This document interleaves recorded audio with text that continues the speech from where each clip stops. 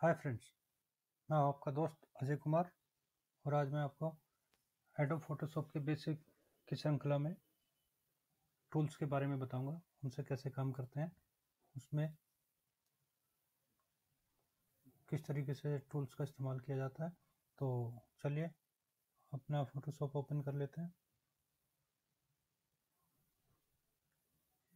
Adobe Photoshop CS5 पर click किया और ये हमारा फोटोशॉप ओपन हो गया है। तो दोस्तों, फोटोशॉप के बेसिक में मैं आपको आज मूव टूल और सिलेक्शन टूल और क्रॉप टूल, इन 3 टूल्स के बारे में बताऊंगा। तो सबसे पहले उसके लिए हमें क्या करना होगा। तो दोस्तों, ये हमारा मूव टूल है और सबसे पहले हमें एक इमेज चाहिए होगी जिस पे हमें काम करना है।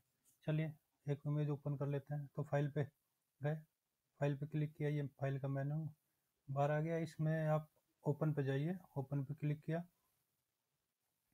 तो यहाँ से आप अपनी पसंद की कोई इमेज चुन लीजिए। जहाँ पे आपने जिस फोल्डर में आपने इमेज रखी है, मैंने ये इमेज चुन ली और इसको ओपन किया। इमेज ओपन हो गई है। तो ये हमारा सिलेक्शन मूव टूल है और इसके बाजू में हमारा रेक्टेंगुलर मर्की टूल यानी सिलेक्शन टूल है। इस पर हमने क्लिक किया। इसके राइट साइड, माउस का राइट साइड बटन दबाएंगे तो ये इसके अंदर 4 तरह के ऑप्शन है। इसमें रेक्टेंगुलर मर्की टूल और इलिप्टिकल मर्की टूल को हम ज़्यादा यूज करते हैं। तो सबसे पहले रेक्टेंगुलर मर्की टूल का मैं आपसे समझाता हूँ। तो ये देखिए, मान लिया हमें किसी खास हिस्से को इसमें सिलेक्शन बनाना है, सिलेक्शन करना है। तो हमने मान लिया चलो हम इस हिस्से को सिलेक्ट कर लेते हैं। माउस का लेफ्ट बटन दबाइए और इसको खींचिए तो ये हमारा रेक्टेंगुलर मर्की टूल बन गया, का सिलेक्शन बन गया। अब इसमें हमें मान लिया कलर डालना है। तो कलर डालने के लिए सबसे पहले हमें कलर चुनना होगा। तो हम यहाँ इधर कोने पे जाए, टिक किया फोरग्राउंड वाले पे और हमने यहाँ से कलर चूज कर लिया। जो भी कलर, लाइट, डार्क, ये करके हमने ओके प्रेस किया। अब हमें इसके अंदर, सिलेक्शन के अंदर हमें कलर डालना है। तो अल्ट और बैक स्पेस दबा के हम इसके अंदर कलर डाल देंगे। ठीक है दोस्तों, अब हमें इसका जो सिलेक्शन बनाया इसको डिसेलेक्ट करना है। तो उसके लिए हम क्या करेंगे, कीबोर्ड से कंट्रोल डी दबाएंगे तो इसका सिलेक्शन खत्म हो जाएगा। अब दोस्तों, मेरे को इलिप्टिकल मर्की टूल का सिलेक्शन बनाना है। तो वो कैसे, इस पॉइंट, इस टूल पे जाएंगे और यहाँ पे राइट क्लिक करेंगे और इलिप्टिकल मर्की टूल सेलेक्ट कर लेंगे। वही कि अब माउस का हमने लेफ्ट बटन दबाया और इसका पॉइंट को खींच दिया तो ये हमारा इलिप्टिकल मर्की टूल सेलेक्ट हो गया। अब हमें इसके अंदर भी कलर डालना है। चलो कलर पैलेट से हमने कलर चुन लिया, ये हमने कलर सेलेक्ट किया, सॉरी, कलर पैलेट से हमने कलर सेलेक्ट किया और ओके प्रेस कर दिया। अब वही अल्ट और बैक स्पेस दबा के इसमें कलर डाल देंगे। ठीक है दोस्तों, अगर आप चाहते हैं कि हमें इस कलर प्लेट से कलर नहीं डालना है, हमें मल्टी कलर डालने हैं, तो उसके लिए हमें क्या करना होगा, एक कंट्रोल जेड कीजिए, ये अनडू हो जाएगा। और यहाँ ये देखिए, ये ग्रेडियंट टूल्स है। इस ग्रेडियंट टूल्स पे क्लिक करेंगे तो इसकी प्लेट्स खुल जाएगी।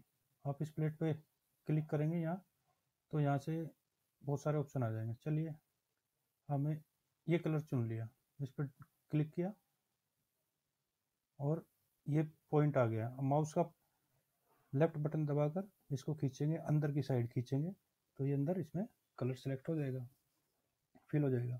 ठीक है दोस्तों, चलिए अब मान लिया मेरे को इस इमेज का बॉर्डर बनाना है, वो बना लेंगे। तो पहले मैं इनको कंट्रोल डी करके सिलेक्शन हटा दिया। अब मुझे इस इमेज का बॉर्डर तैयार करना है, तो वो कैसे करूँगा मैं, वो भी मैं सिलेक्शन टूल की मदद से आपको बता देता हूँ। पहले चलिए हम इनको दोनों सिलेक्शन को हटा देते हैं।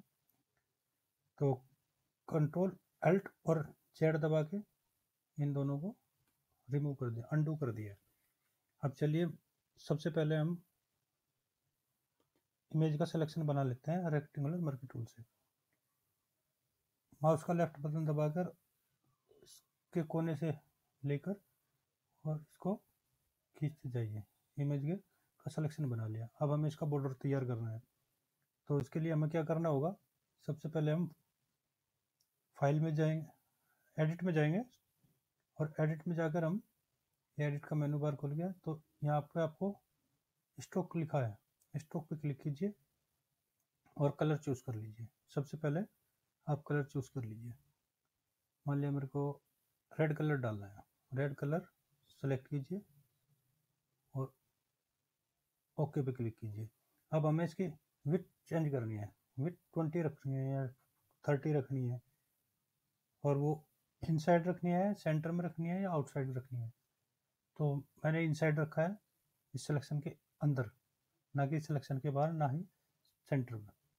तो इनसाइड रखा है और मैंने 20 पिक्सल रखा है। चलिए ओके कर देते हैं, ये देखिए। और अब कंट्रोल डी करके सिलेक्शन हटा दीजिए। ये हमारी इमेज का बॉर्डर बन गया है सिलेक्शन टूल की मदद से। ठीक है दोस्तों, चलिए अब मैं आपको क्रॉप टूल के बारे में बताता हूँ। ये हमारा क्रॉप टूल है और क्रॉप टूल के अंदर भी राइट क्लिक करेंगे तो दो टूल्स और जुड़े हुए हैं। बाकी तो ज़्यादातर यूज क्रॉप टूल होता है और स्लाइस टूल्स वगैरह का इस्तेमाल होता है, लेकिन कम होता है।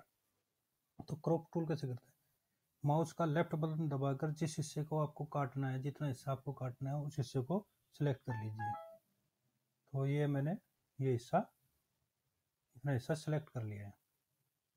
ठीक है दोस्तों, और माउस की मदद से मैं जिधर भी इसको सरकाऊंगा उधर का हिस्सा हमारा सेलेक्ट हो जाएगा। आप इसकी इमेज को और बड़ा करना चाहते हैं तो इसके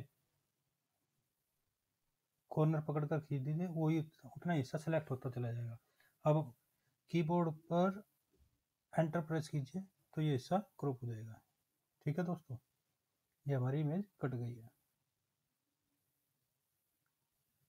अब हम जूम टूल की मदद से इसको बड़ा कर सकते हैं। जूम टूल में अल्ट प्रेस करिए तो ये आ जाएगा, या आप यहाँ से फिट स्क्रीन या एक्चुअल साइज पर क्लिक करेंगे, ये फिट स्क्रीन कर दिया।